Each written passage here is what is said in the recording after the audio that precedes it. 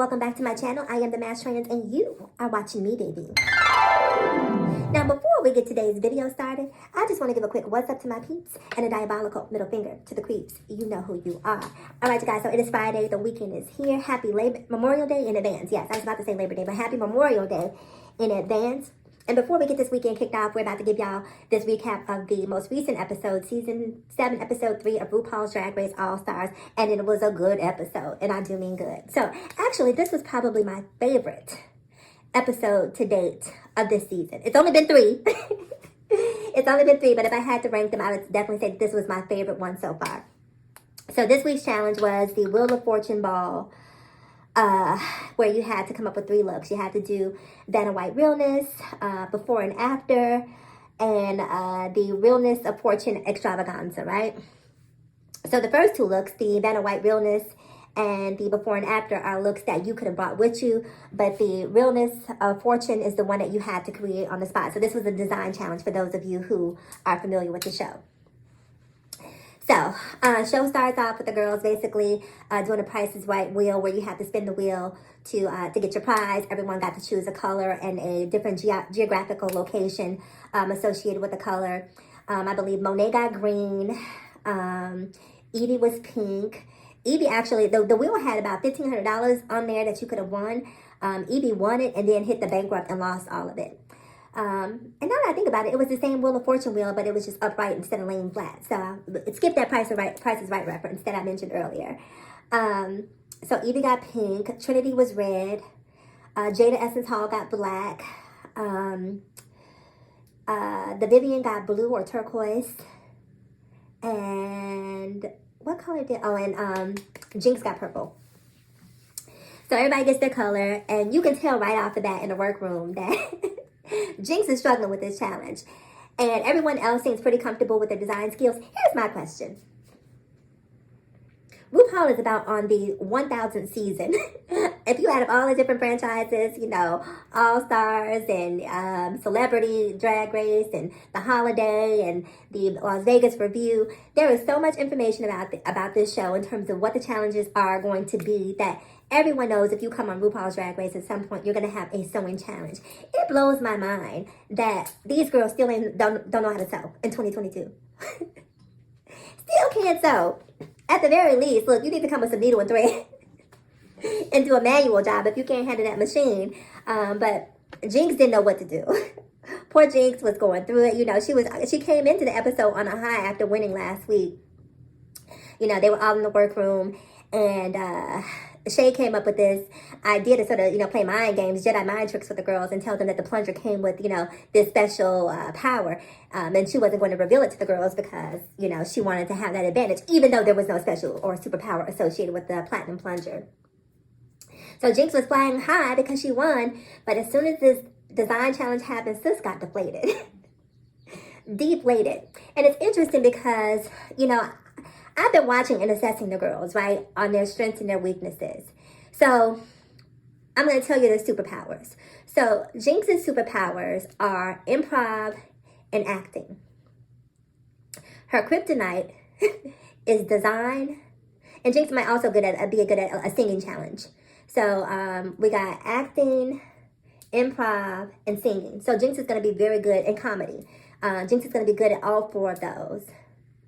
It is the dancing and the design that is going to, and the performing that is going to cause Jinx some problems. That's where her deficiencies lie. Shea Coulee, and the reason I like her so much is because Shea gives you, when it comes to the main stage, Shea murders it pretty much every week, without question.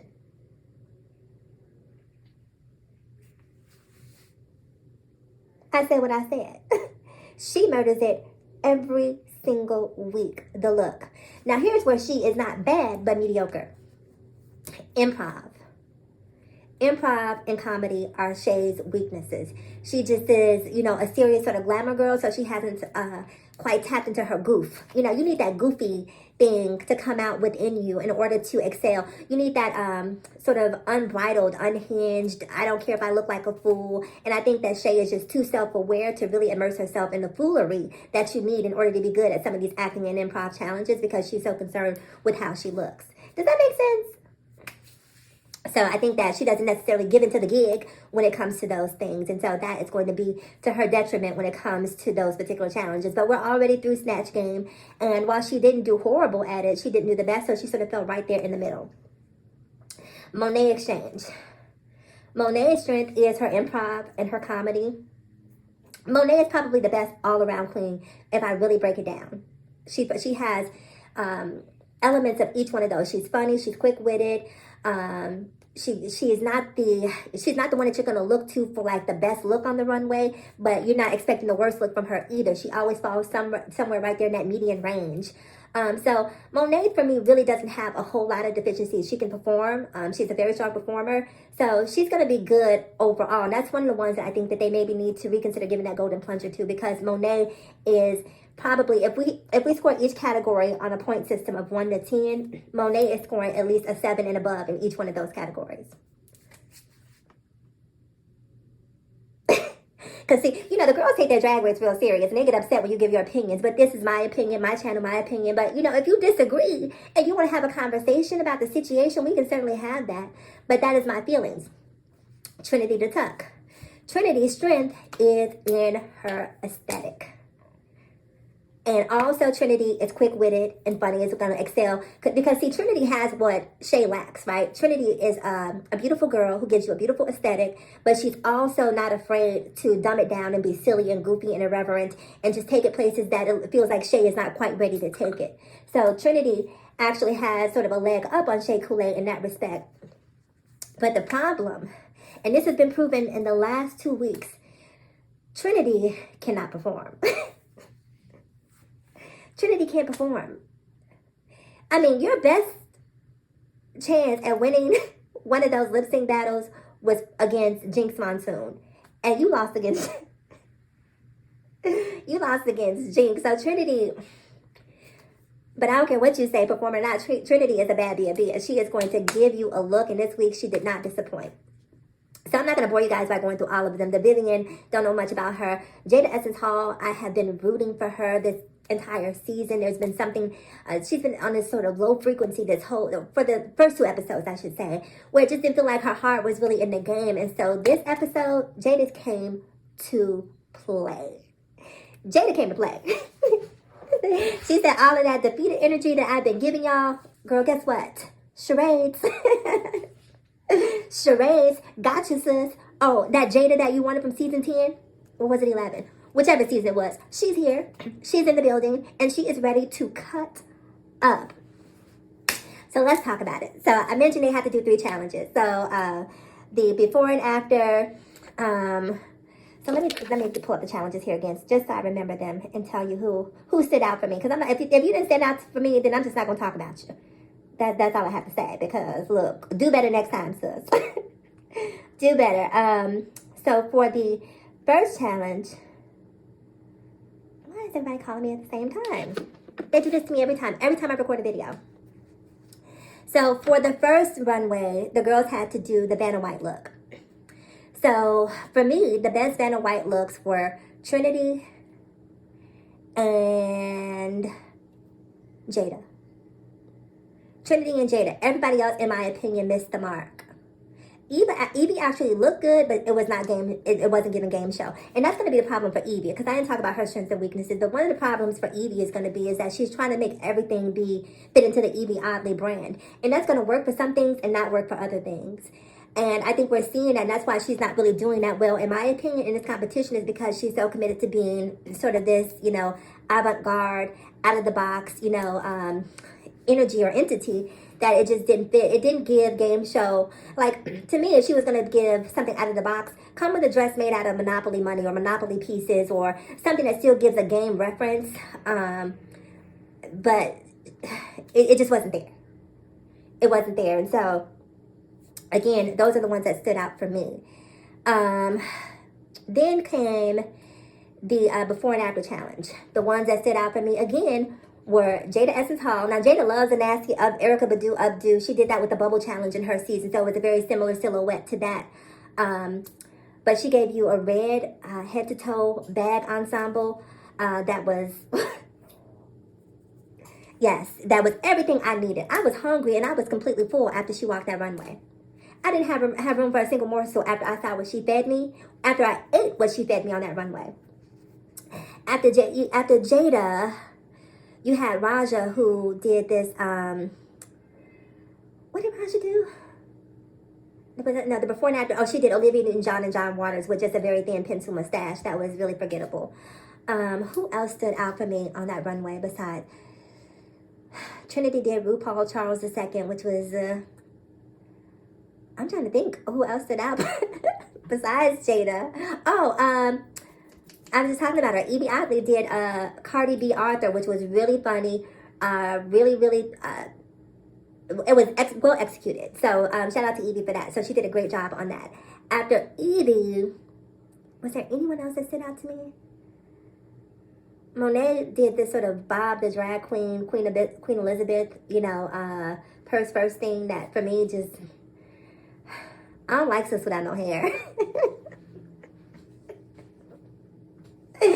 Some girls can do it and some girls can't. And I'm sorry, as much as I love Monet, put some hair on, okay?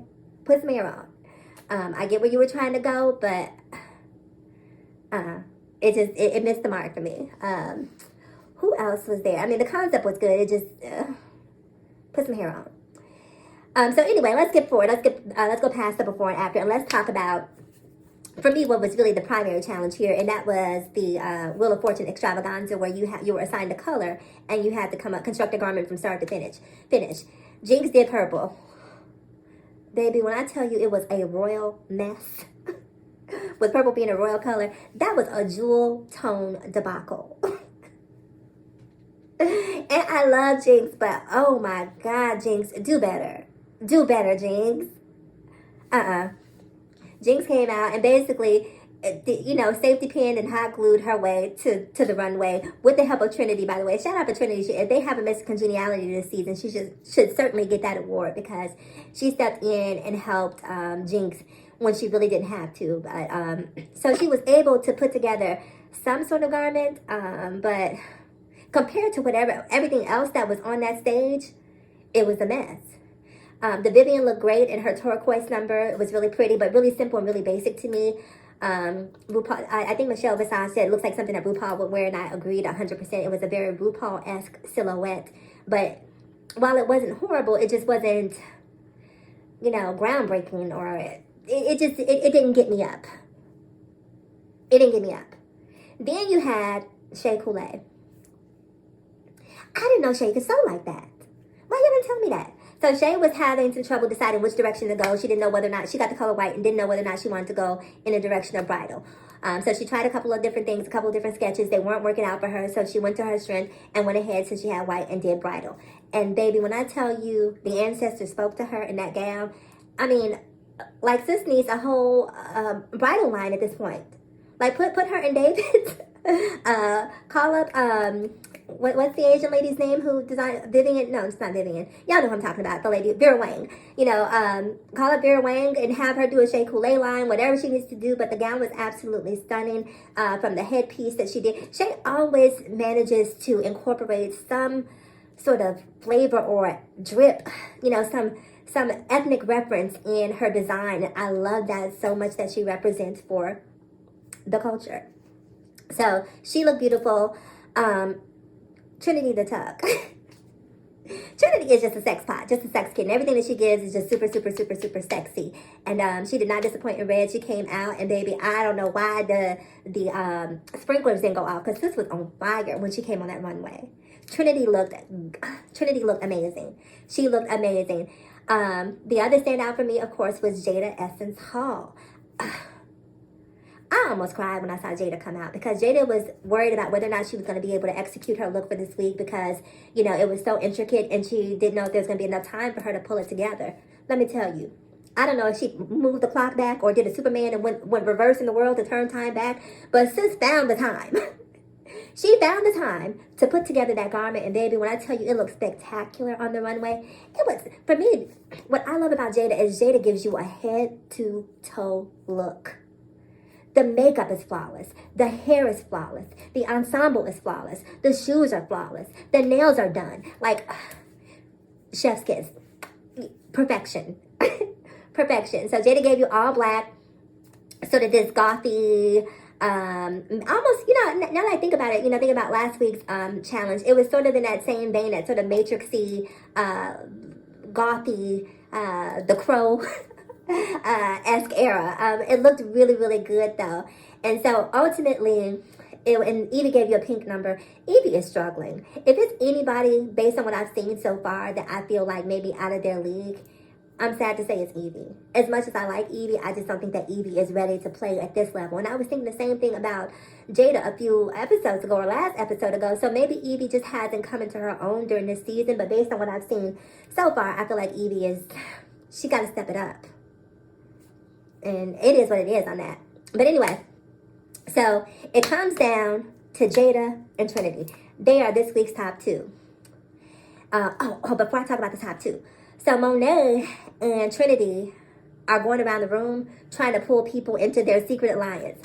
Baby, if this ain't the worst kept secret, if this ain't the worst kept secret. So they asked Shay. Shay said, no way. They asked Essence, Essence was like, Jada Essence said, I don't want no parts of it. They asked Jinx, and Jinx said, look, Trinity, you did me a solid. So if, push comes to shove, I'll remember that. But girl, no. I'm not playing that game. I'm flying solo, which I can respect on one hand, but I think that might come back to bite Jinx, because everybody's going to need a hand at some point. So having allies, in my opinion, is always a good thing.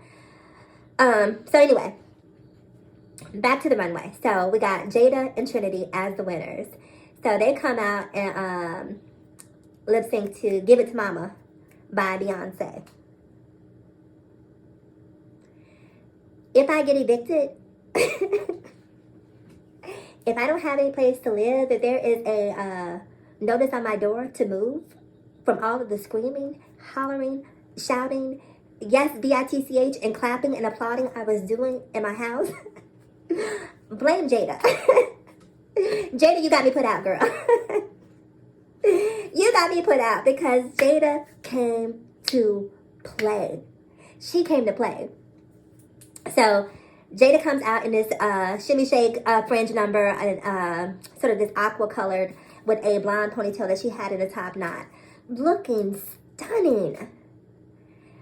That mug on Jada is out of control. I'm sorry.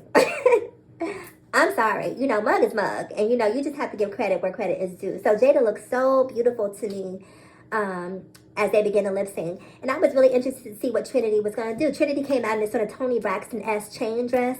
Very on brand for Trinity. But for those Trinity fans who might get mad at me for what I'm about to say, I'm sorry, but I got to say what I need to say. And for me, Trinity is an S&M queen. I'm not talking about bondage. Trinity is an S&M queen, and S&M stands for stand and model. Stand and model. That, to me, is the extent of what Trinity can give as a performer. For me, when Trinity comes on stage, the wow factor is when she makes her entrance. After the entrance is made,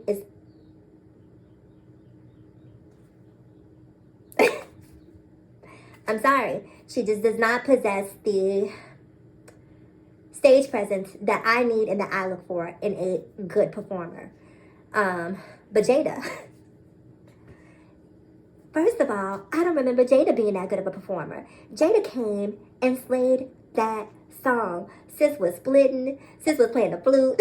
She even, at one point, and this is one of the things I don't like, because I saw Trinity trying to eclipse Jada quite a few times on that runway. She tried to walk past her, tried to do everything she could to take away Jada's shine. But let me tell you something, baby. Shine will be seen from the front, the back, above, below. Shine is brilliant. It cannot be contained.